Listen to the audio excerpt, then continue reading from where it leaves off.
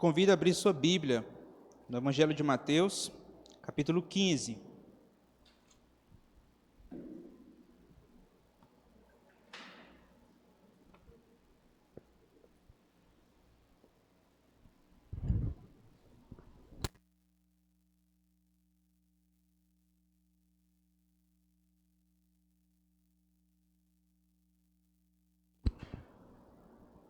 Mateus 15. Antes de lermos a passagem, já foi lida no início, eu gostaria de fazer algumas perguntas que servirão como uma introdução. Nós não irei responder essas perguntas agora, mas a ideia é que elas também não ficarão sem respostas. À medida que formos passeando por essa passagem, o meu desejo, eu peço que o seu também seja, que Deus abra o seu coração para você entender que muitos de nós aqui se encaixam em alguma dessas perguntas que eu irei fazer. Irei fazer aqui 6 perguntas. Veja se você se encontra em algumas delas e peça que o Senhor abra o seu coração para sondá-lo nessa noite e realmente você ver o que está precisando corrigir na sua vida cristã.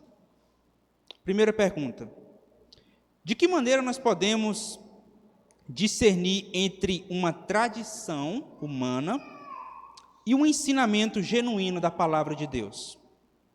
Pergunta 2: como podemos garantir que as nossas práticas estejam realmente alinhadas com a vontade de Deus e não apenas com as tradições? Como reagir? Pergunta 3: como reagir quando percebemos que as tradições ou algum tipo de costume de uma igreja se tornam obstáculos para um relacionamento genuíno com Deus? Em que aspecto a palavra de Deus desafia ou corrige as tradições ou os costumes na hora da prática da fé? Mais uma pergunta: como a palavra de Deus vai nos orientar a construir um relacionamento verdadeiro com Ele? E a última: em quais áreas do nosso dia a dia podemos estar dando mais atenção aos costumes do que aos ensinamentos bíblicos? Mateus 15 é uma passagem no qual vai mostrar os fariseus questionando Jesus pelo fato dos seus discípulos não estar seguindo, conforme eles, as tradições dos antepassados. Jesus vai ensinar a esses líderes que a verdadeira pureza, ela vem do coração e não de coisas externas. Jesus então vai mostrar e vai dar um destaque, posso dizer assim, que o que importa realmente é o coração, mais do que as práticas exteriores. Com isso, irmão, nós já podemos aprender o seguinte: a vida de um seguidor de Jesus, ela deve ser guiada não por regras de A, B ou C, mas a vida de um seguidor de Jesus, ela deve ser guiada por um caráter que surge, sabe de onde? De uma submissão à palavra de Deus. Eu vou repetir novamente. A vida de um seguidor de Jesus, de um cristão, de um verdadeiro filho de Deus, ela não deve ser guiada por regras externas e religiosas, mas por um caráter interior que surge de um coração que é submisso e entregue à palavra de Deus. Vamos ver então com mais detalhes Mateus capítulo 15. E antes de lermos, é importante ver aonde foi que parou o último texto. Leia comigo os versos 34 do capítulo 14. Ok? Nós não vamos entrar em muitos detalhes, mas apenas eles vão encaixar ou introduzir também o capítulo 15. Verso 34 diz assim, do capítulo 14: estando já do outro lado, perceba que ele mandou que os discípulos fossem, agora Jesus se encontrou onde era para estar. Chegaram à terra de Genezaré. Quando as pessoas daquela terra reconheceram, mandaram avisar em todos aqueles arredores, e lhe trouxeram todos os enfermos. Pediu-lhe que ao menos pudessem tocar na borda da sua roupa. E todos os que tocavam nela ficavam curados. Esse texto, meus irmãos, de certa forma, mostra a expansão do reino de Deus, de tal forma que não importa se Jesus está de um lado ou de outro, de uma margem ou de outra margem do rio, de uma ponta da Galileia ou a outra ponta da Galileia, aonde o reino de Deus chega, aonde Jesus chega, a sua fama se espalha de tal forma que as pessoas vão até ele em grandes quantidades e elas querem tanto estar com ele que se diz: olha, deixa eu pelo menos tocar na beirada da sua roupa, na borda da sua capa, e eu tenho certeza que eu serei curado. E o texto diz que todos que faziam esse gesto simples, mas de fé, eram curados. E essa fama de Jesus, ela chegou aos ouvidos dos líderes que estavam lá em Jerusalém, lá na capital. E isso contribuiu para a inveja e a discórdia desses homens. E agora sim, capítulo 15, versículo 1 e 2. Então alguns fariseus e escribas vieram de Jerusalém até Jesus e perguntaram: por que os seus discípulos transgridem a tradição dos anciãos, pois não lavam as mãos quando comem? O texto aqui, irmãos, para começar, ele mostra que a liderança ela vem quase que uma espécie de comitiva religiosa, e ela vem de muito longe. Eles vêm lá de Jerusalém, a sede, vou chamar aqui, de todo o centro de adoração daquele tempo ficava em Jerusalém. Era a capital, realmente, da fé e da religião, era lá em Jerusalém. Eles vêm quase que em uma comitiva, e não era muito comum os fariseus saírem de Jerusalém e ir para um lugar como esse, para a Galileia. Lembrando que a Galileia é o lugar onde a população mais pobre, os pescadores e os trabalhadores estavam. Era muito raro eles fazerem isso. E isso, irmãos, já mostra de certa forma para você que o confronto grande, o grande confronto que vai acontecer no Evangelho de Mateus, ele já está encaminhado, de tal forma que agora a liderança ela vem lá do centro e vem até onde Jesus está, mostrando que a oposição ao rei vai se intensificar cada vez mais. Quando você lê o Evangelho de Mateus, você deve estar atento a isso. A oposição ela vai se intensificando cada vez mais e ela vai parar lá na cruz. Mas, voltando aqui, mas por que esse pessoal vem de tão longe, lá de Jerusalém, ele estava bem distante aqui, por que eles vêm de tão longe para ver Jesus? Se você observou aí, o que nos chama a atenção é que os líderes religiosos, eles estão muito preocupados com o que os discípulos de Jesus andam fazendo. Por que os seus discípulos transgridem a tradição dos anciãos? Ora, pois eles estão lavando as mãos antes de comerem. Eles não estão lavando as mãos antes de comerem. Se você percebeu aí, os líderes eles estão mais preocupados em preservar a tradição do que entender realmente o coração do que a lei do Senhor significa. Eles estão questionando Jesus aqui pelo comportamento que os seus discípulos estão tendo, que é não lavar as mãos antes de comer. E isso está incomodando a liderança. Só que, irmãos, que lavar as mãos aqui, aliás, não lavar as mãos antes de comer, não é nada, não significa que é um ato de falta de higiene, não é isso. A ideia aqui que está incomodando os líderes é a seguinte: para que o homem pudesse estar bem diante de Deus, segundo os fariseus entendiam, antes de qualquer refeição, ele deve se purificar. Ou seja, lavar as mãos aqui não tem nada a ver com higiene, é um ato religioso. Ou seja, eles estão dizendo: olha, os seus discípulos estão cometendo algo muito grave, porque a tradição diz que deve se lavar a mão antes de comer, e aquele que não lava as mãos antes de comer, ele está impuro, ele está em uma situação muito delicada diante de Deus. Era mais ou menos isso que eles alegavam. Isso incomodou os líderes de tal forma que eles vêm de tão longe e questionam Jesus. Só que, já quero dizer aqui, isso não está na palavra de Deus. Lavar as mãos de comer não vinha da lei de Moisés, no qual eles defendiam com tanto rigor. Essa tradição que eles estão se referindo aqui, meus irmãos, ela vem de uma tradição bem antiga, que foi criada dos primeiros rabinos no tempo de Jesus, aliás, bem antes de Jesus. Essa tradição ela era passada de geração essa cultura, que essa tradição era passada de geração para geração. De onde foi que ela nasceu? Ela veio de uma interpretação pessoal da lei. Um rabino interpretou a lei e disse, olha, deve-se fazer assim. E assim foi passando de geração para geração. E eles observavam isso com muito rigor. Deixe-me lembrar aqui 3 perguntas que eu li para você no início. Quero repeti-las novamente. De que maneira podemos discernir entre uma tradição humana e um ensinamento genuíno da palavra de Deus? Em que aspectos a palavra de Deus desafia e corrige tradições e culturas da hora da prática da fé? Como a palavra de Deus nos orienta a construir um relacionamento verdadeiro com Ele? Jesus ele vai responder a essas acusações e na sua resposta, que nós vamos já ver, nós vamos aprender, meus irmãos, que quando um relacionamento genuíno com Deus, ele vai desafiar todo e qualquer sistema religioso, torna-se evidente que o que realmente importa é o que procede do coração.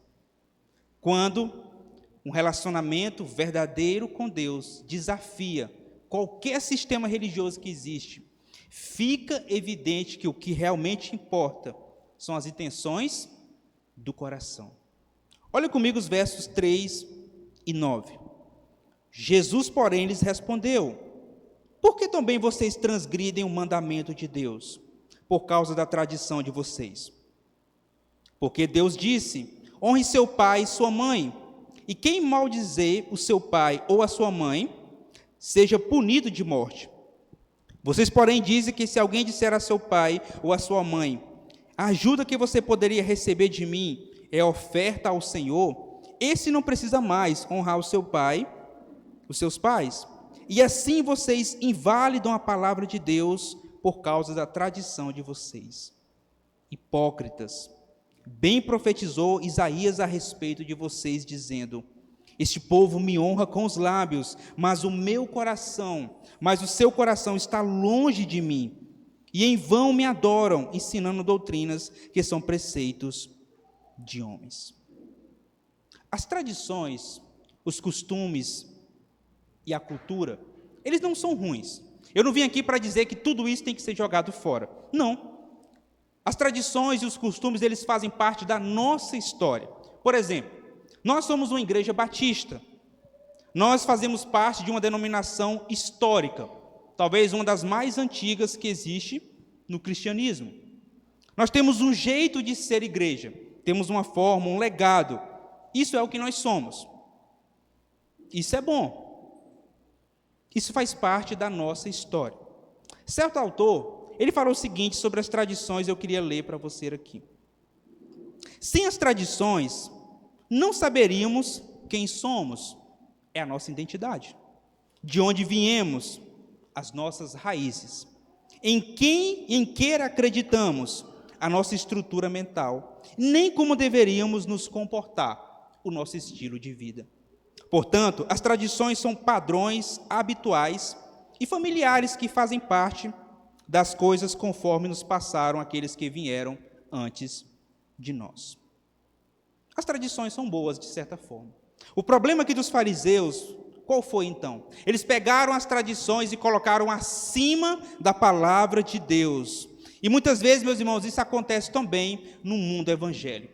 Se você sair por aí e der uma volta, você vai ver que, em muitos casos, as pessoas colocam os costumes e as tradições acima da excelência e da eficácia da palavra de Deus. Eles colocam quase que no mesmo peso das Escrituras. Irmãos, nós precisamos refletir muito sobre isso. O que pesa mais? A cultura ou a palavra de Deus? As tradições ou as Escrituras? O que deve pesar mais em uma igreja? Por exemplo, no contexto de missões, eu já ouvi, meus irmãos, muitos relatos de missionários se submetendo a tanta coisa em nome, vou botar aqui entre aspas, da cultura de um povo. Tem deles que dizem: olha, nós não podemos interferir na cultura e nos costumes de um povo. Já vi missionários falarem isso. Quando eles vão para o campo, eles dizem, olha, não podemos, de certa forma, mexer na cultura daquele povo e nem interferir nos seus costumes. Mas, irmãos, não é a cultura que deve julgar a palavra de Deus. É ao contrário. As Escrituras é que devem julgar toda e qualquer cultura e tradição dos homens. Nós, como cristãos, não podemos, de maneira nenhuma, nos amoldar a nenhum tipo de cultura, principalmente aquela que fere a palavra de Deus.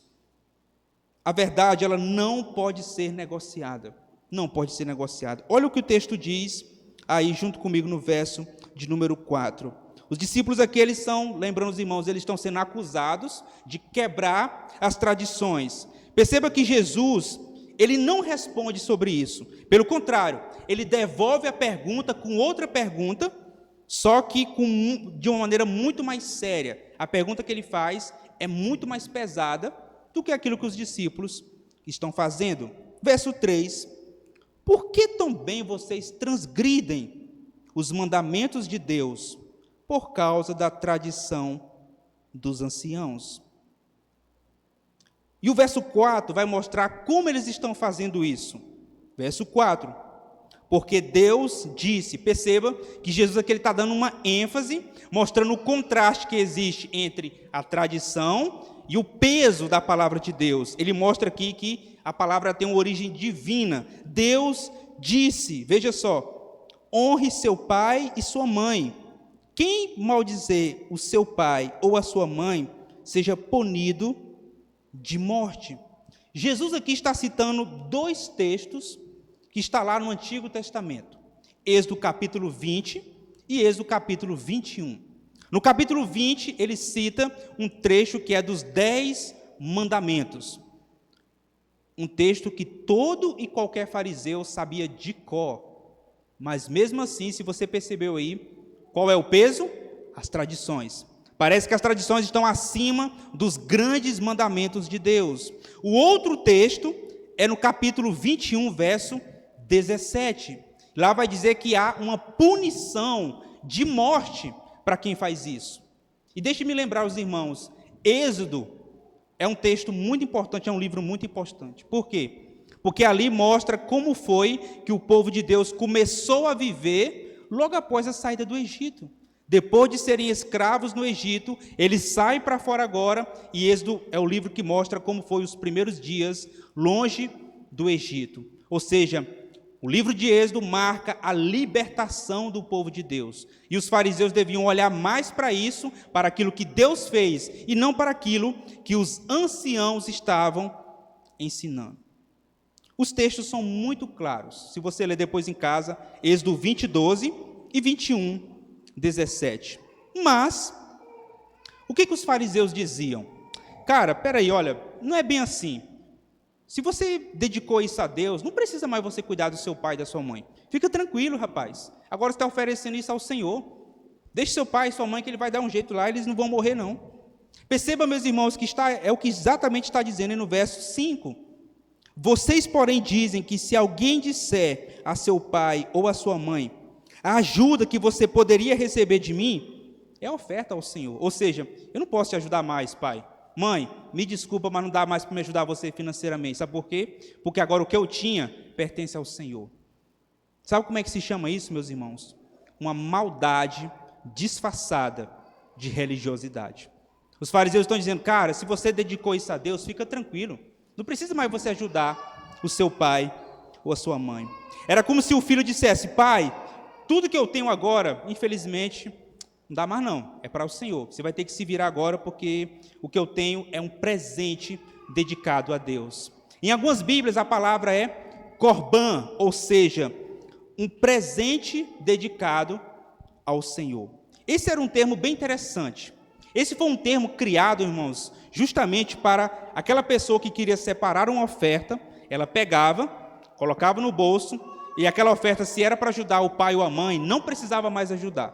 Porque agora ele ia entregar lá para o secretário do templo, e aquele dinheiro não poderia ser usado para outra coisa, a não ser o templo e a sua revisão e a sua manutenção. Isso parece ser bonito, né? Rapaz, Tudo que eu tenho eu estou dando para Deus. Olha que bonito. Eu estou dedicando todo o meu salário, toda a minha oferta, tudo que eu tenho é para o Senhor. Mas Jesus disse que isso era uma quebra de um dos 10 mandamentos. Honrará teu pai e tua mãe. Isso mostra, meus irmãos, que a tradição, ela ultrapassou os mandamentos de Deus de tal forma que os líderes ficaram cegos para o que diz de maneira tão clara na palavra. Irmãos, isso não está muito distante de nós. Eu tenho certeza que você já ouviu falar em algum exemplo de uma pessoa que colocou a sua denominação, o seu costume, a sua tradição, por mais boa que ela seja, acima do que diz na palavra de Deus. Isso é mais comum do que nós imaginamos.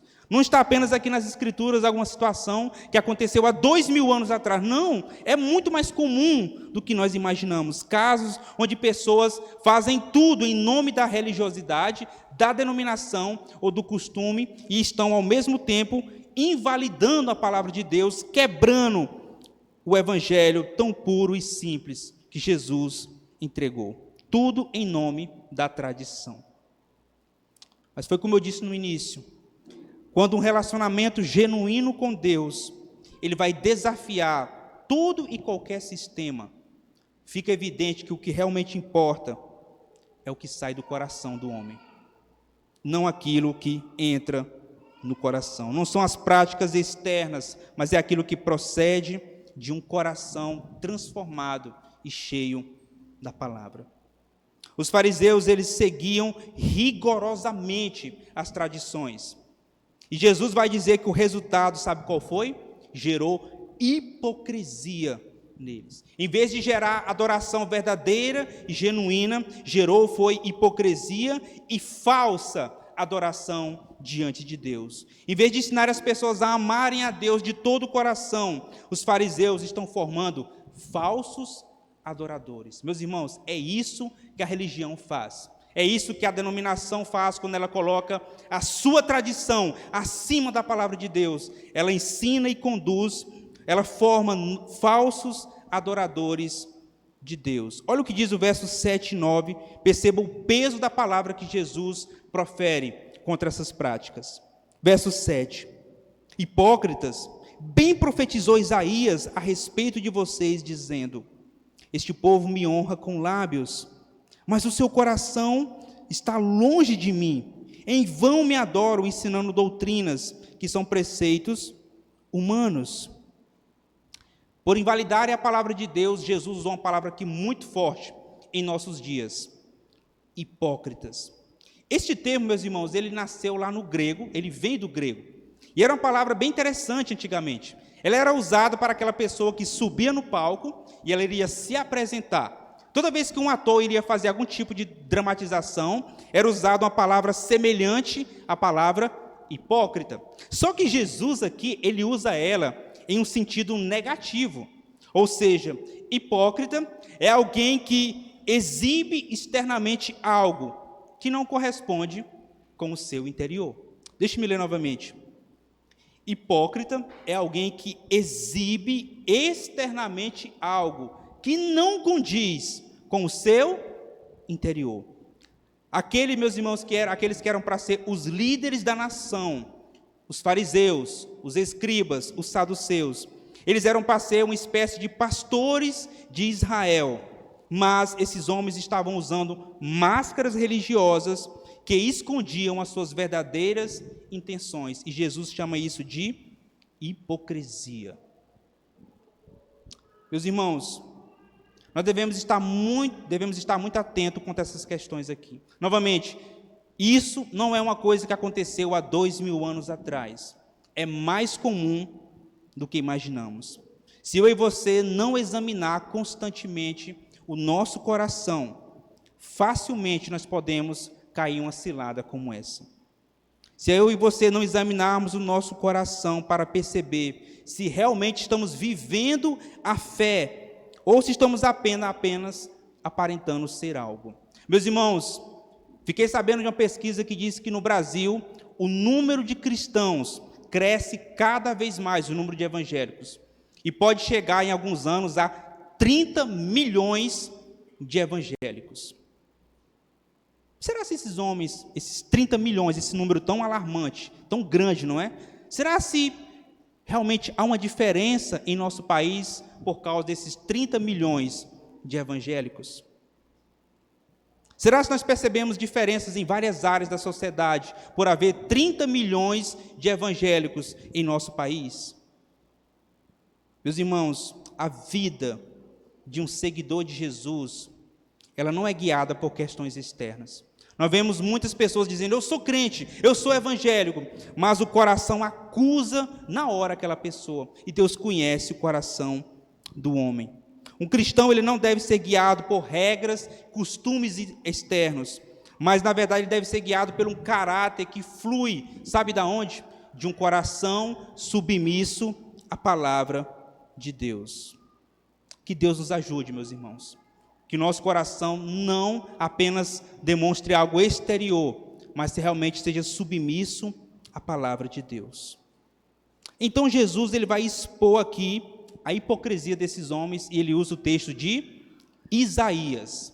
Isaías no capítulo 29. Abra sua Bíblia lá, que é bem interessante. Nós vamos ver o porquê Jesus citou esse texto e porque ele aplicou aos fariseus do seu tempo. Isaías 29.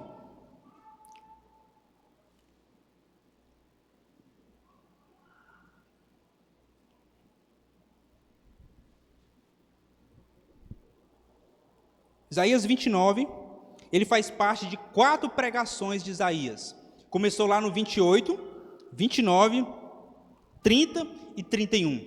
São 4 ais, ou seja, 4 mensagens de Isaías para o povo de Deus. Isaías 29, nos versos de 1 ao 8, nós não vamos ler essa parte. No verso de 1 ao 8, Isaías mostra que o castigo está vindo sobre Jerusalém. Eles pecaram e agora Deus vai proferir condenação a eles. E a partir do verso 9 do capítulo 29, ele explica os motivos para tal julgamento do povo de Deus. Agora perceba, olha o que diz o verso 9. Fiquem espantados e continuem assim, fiquem cegos e continuem sem ver. A razão do julgamento era que o povo estava cego, e Deus disse, pois muito bem, continuem dessa forma. Agora imagine só os fariseus ali conversando com Jesus, e os fariseus eram bons conhecedores, não apenas da tradição, mas também das escrituras. Agora imagine só homens que conhecem a palavra de Deus, ouvindo Jesus falando que o texto de Isaías está sendo aplicado a eles.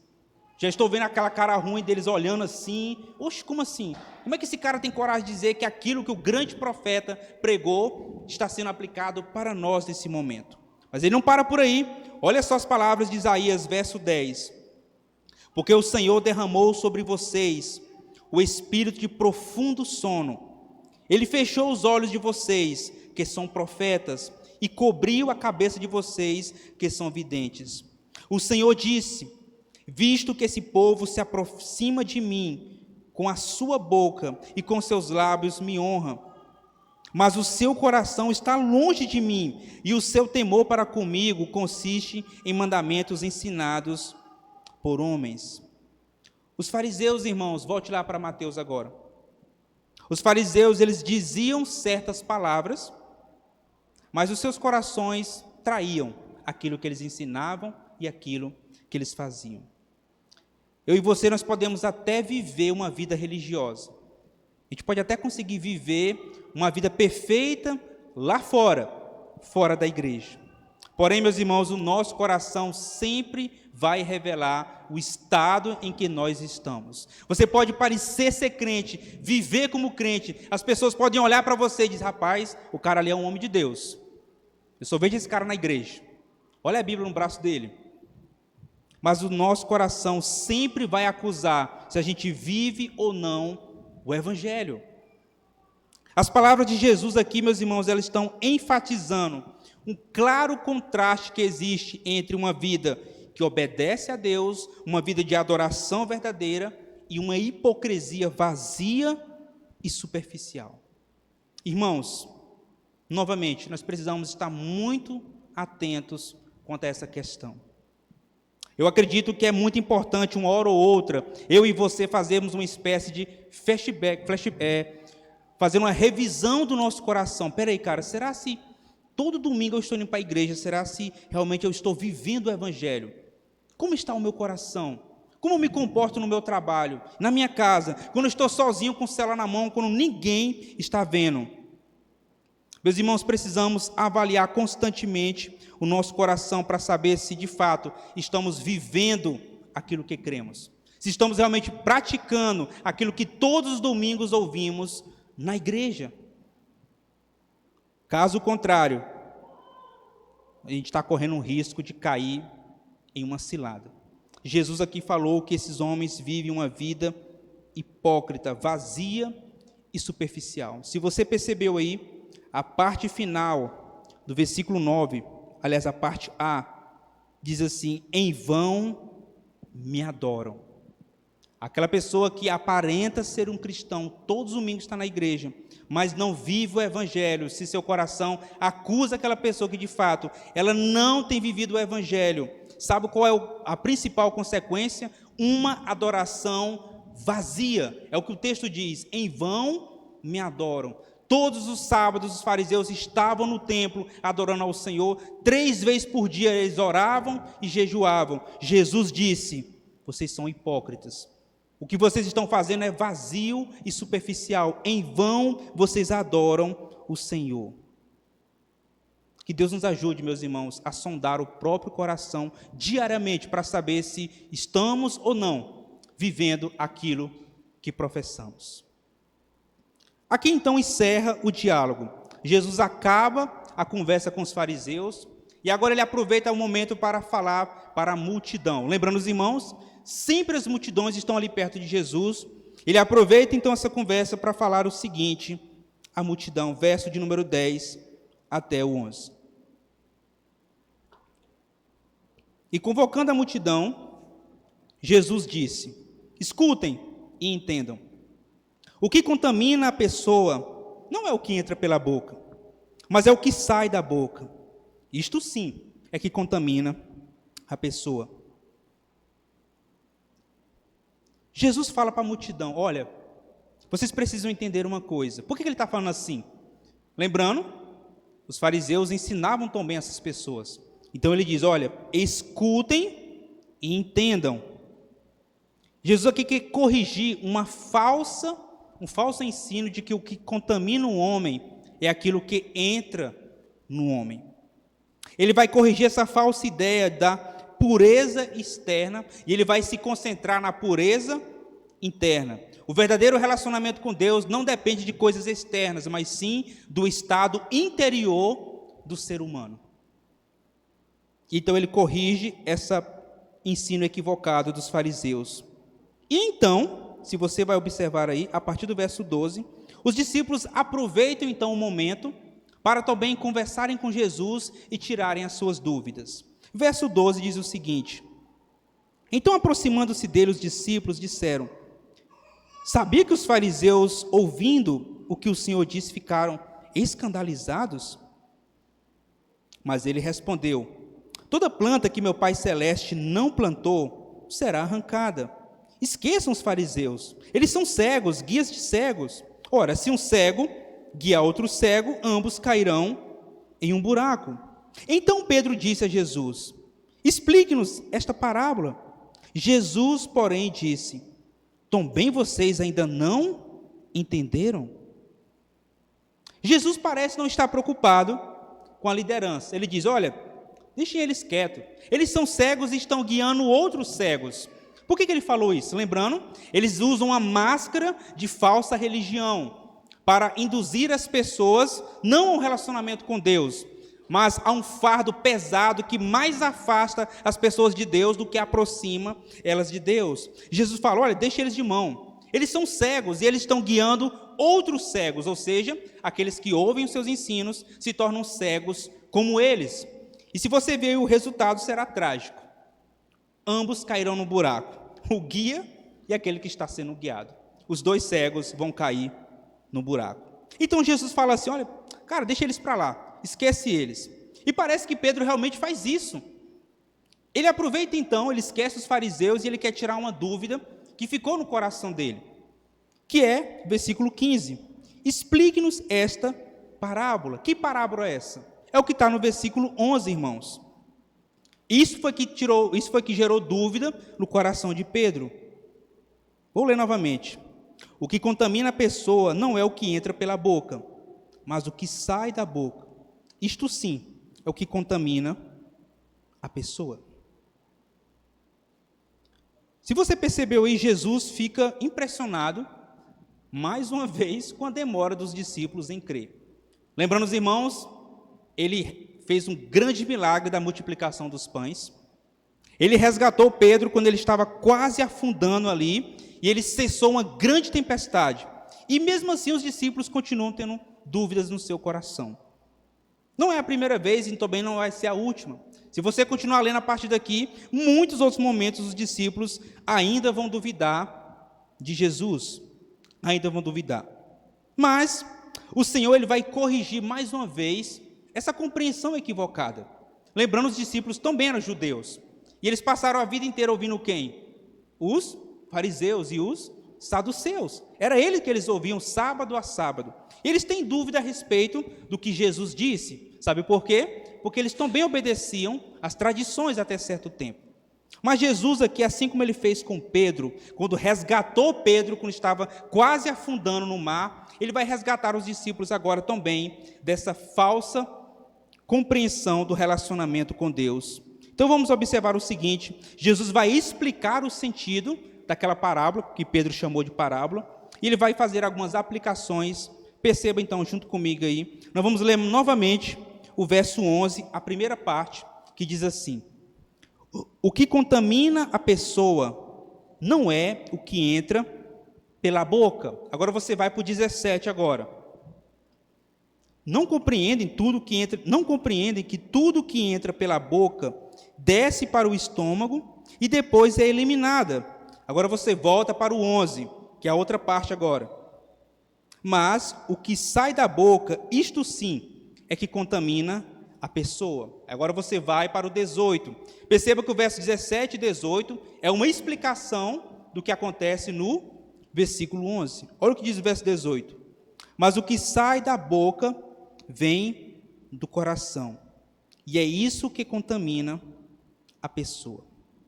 Basicamente, Jesus está dizendo o seguinte: rapaz, o que entra no homem é incapaz de afetar o seu estado com Deus. Nenhum tipo de alimento que o ser humano possa comer afeta, nem melhora e nem piora a situação do homem perante Deus.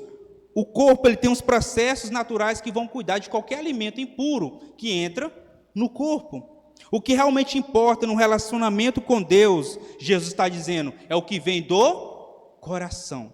É o que vem do coração. O coração aqui, meus irmãos, representa o nosso interior, aquilo que pensamos, as nossas atitudes, os nossos desejos e os nossos motivos. E quando o nosso coração está cheio dessas coisas, o que afeta primeiramente no homem é o quê? O seu relacionamento com Deus. Por isso que Jesus disse, olha, o que realmente importa no homem e no seu relacionamento com Deus é o que sai do seu coração, e não as coisas que o homem come.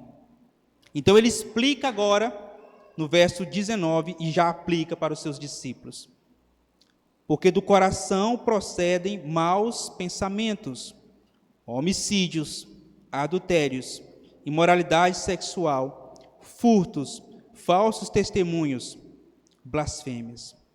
São estas coisas que contaminam a pessoa, mas o comer sem lavar as mãos, isso não contamina o homem. Os fariseus estavam mais preocupados em limpar as mãos. Mas Jesus diz, olha, quer se preocupar com alguma coisa de verdade? Pois limpe o seu coração. Se você está preocupado realmente com o seu relacionamento com Deus, você deve lavar não as mãos, mas o seu coração. Jesus, meus irmãos, ele se concentra aqui naquilo que realmente importa, o que sai do nosso coração. Porque é do coração que procede maus pensamentos, homicídios, adultério, imoralidade sexual, furtos, falsos testemunhos e blasfêmia. Meus irmãos, aqueles pecados mais escandalosos que a gente vê, eles não acontecem do dia para a noite. Um adultério, por exemplo. O homem ele não adultera a mulher do dia para a noite. Tudo começa nascendo aonde? No coração. Ele começa vendo um vídeo, talvez ele vê mais outro, talvez ele dá moral em alguma coisa que acontece na rua, e assim vai acontecendo. Roubo. O roubo não acontece do dia para a noite. Tudo começa aonde? No coração. Os grandes pecados, eles não acontecem assim, puf. Eles nascem primeiramente dos desejos do coração. É ali onde nós devemos nos preocupar. Não se preocupe com grandes pecados, porque antes deles serem grandes, eles começam de maneira pequena no seu coração.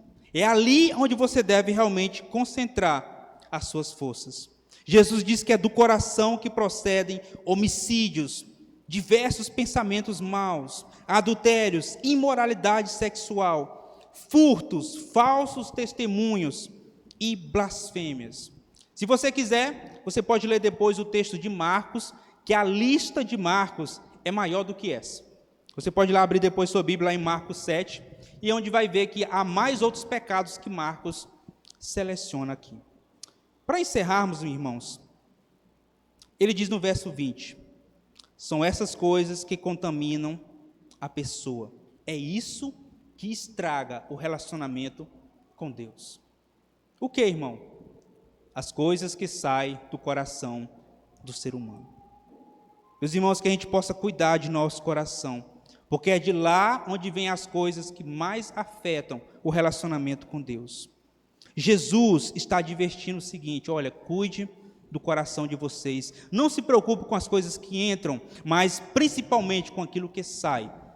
Os fariseus estão mais preocupados em limpar as mãos. Eu digo a vocês, Jesus fala, limpem o coração primeiro, porque é ali onde flui os maiores pecados do homem contra Deus. É no coração que o homem está em total rebelião contra Deus.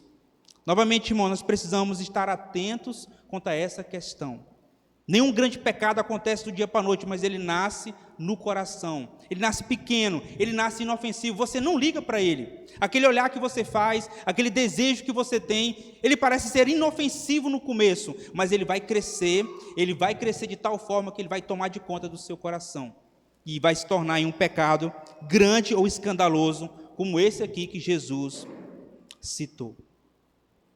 Queridos irmãos, não basta apenas parecer ser um cristão. É necessário viver o que crê e praticar o que se ouve. Todos os dias é necessário a gente fazer essa autoavaliação.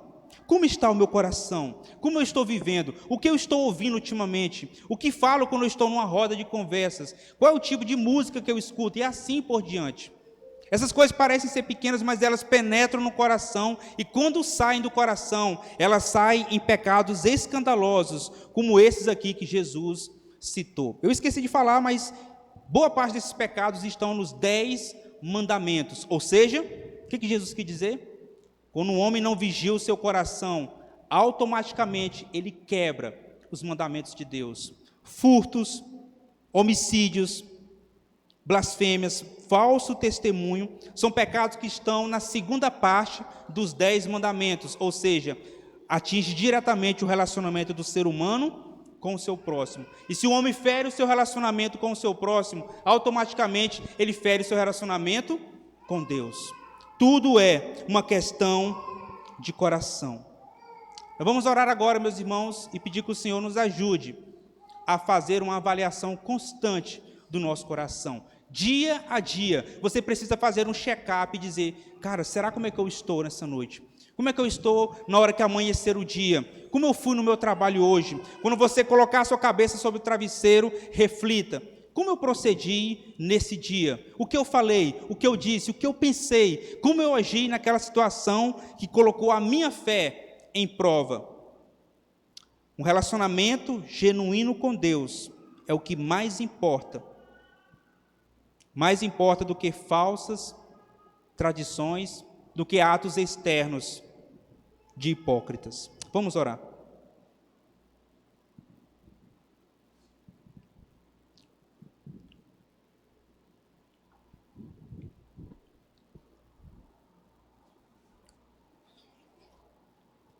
Pai, nós queremos, nessa noite, Deus, fazer uma autoavaliação do nosso ser, do nosso coração. Talvez, Senhor, há pessoas aqui que há tempos não fazem esse check-up, Deus, do coração, para saber como está o seu cristianismo, como está a sua fé em Jesus. Nós aproveitamos, Pai, este culto solene de adoração ao Senhor, para fazer essa autoconfrontação do nosso ser. Ó Deus, e confessamos, Pai, que em muitos momentos parecemos ser algo, mas o nosso coração denuncia que não somos aquilo que falamos que somos. Senhor, tenha misericórdia de nós, Pai. Nós reconhecemos o nosso pecado perante o Senhor. Nós damos mau testemunho, falamos que somos cristãos, mas durante o dia, Senhor, em nossa casa, em nossa família, com nossos filhos, na escuridão do nosso quarto, Senhor, nós podemos até esconder das pessoas, mas não podemos esconder do Senhor. Pai, pedimos misericórdia. Perdoe, Senhor, aquilo que temos olhado, desejado, visto, sentido com nossas mãos. Senhor, que o Senhor tenha misericórdia, Senhor, dos nossos corações. Nosso coração é um coração rebelde, que está constantemente em transgressão contra o Senhor. Ó Senhor, nós te rendemos graças por Jesus, que o sangue dele pode limpar o nosso coração, se de fato houver um arrependimento autêntico e verdadeiro. Nós estamos indo ao Senhor nessa noite justamente por isso, Senhor. Ó Pai, nós nos arrependemos e confessamos o nosso pecado ao Senhor. Que o Senhor tenha compaixão, Senhor, das nossas atitudes, dos maus testemunhos que demos, Senhor. Tenha misericórdia de nós. E nos ajude, Senhor, a viver uma fé viva, bíblica e autêntica. Ó Deus, que o mundo veja e que o inferno sinta vergonha por as inúmeras tentativas que fez contra nós e falharam, porque nós demos glória ao Senhor com a vida íntegra. Ó Deus, em nome de Jesus, tenha misericórdia de nós. E nos ajude, Senhor, nessa semana, a viver um cristianismo autêntico, bíblico e verdadeiro, em qualquer área onde estivermos, Senhor, em nome de Jesus. Amém. Que Deus abençoe, meus irmãos. Desejo a você uma ótima semana. E lembre, cuidado com o coração, porque é ali onde nascem os maiores pecados. Que Deus abençoe. Tenha uma ótima semana.